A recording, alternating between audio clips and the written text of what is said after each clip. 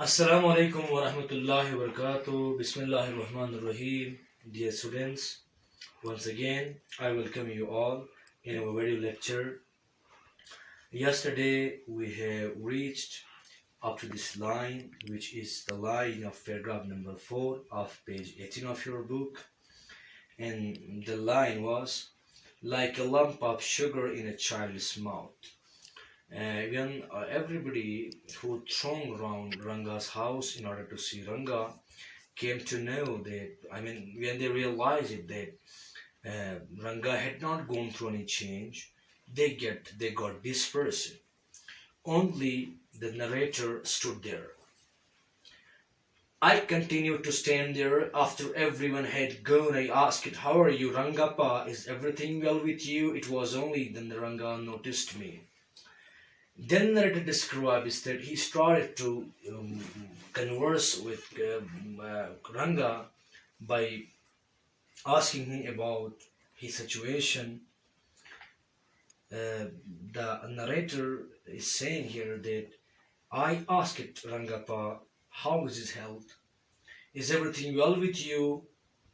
And when the narrator starts talking, then Rangappa realized it or noticed the narrator. Otherwise, he had not observed the narrator. He came near me and did a namaskar respectfully, saying, "I am all right with your blessing."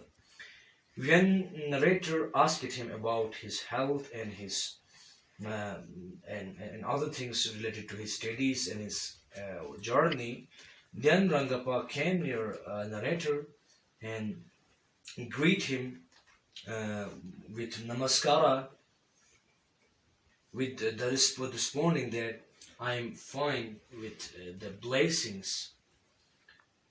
With blessings are with due to supplications of you people towards me. Rangappa replied to narrator, "I must draw your attention to the aspect of Ranga's character." Then narrator changed the scenario by saying that, "Now I'm gonna tell you about other features or some aspects of Ranga's character." He knew when it would be to the advantage to talk to someone and rightly assess people's worth.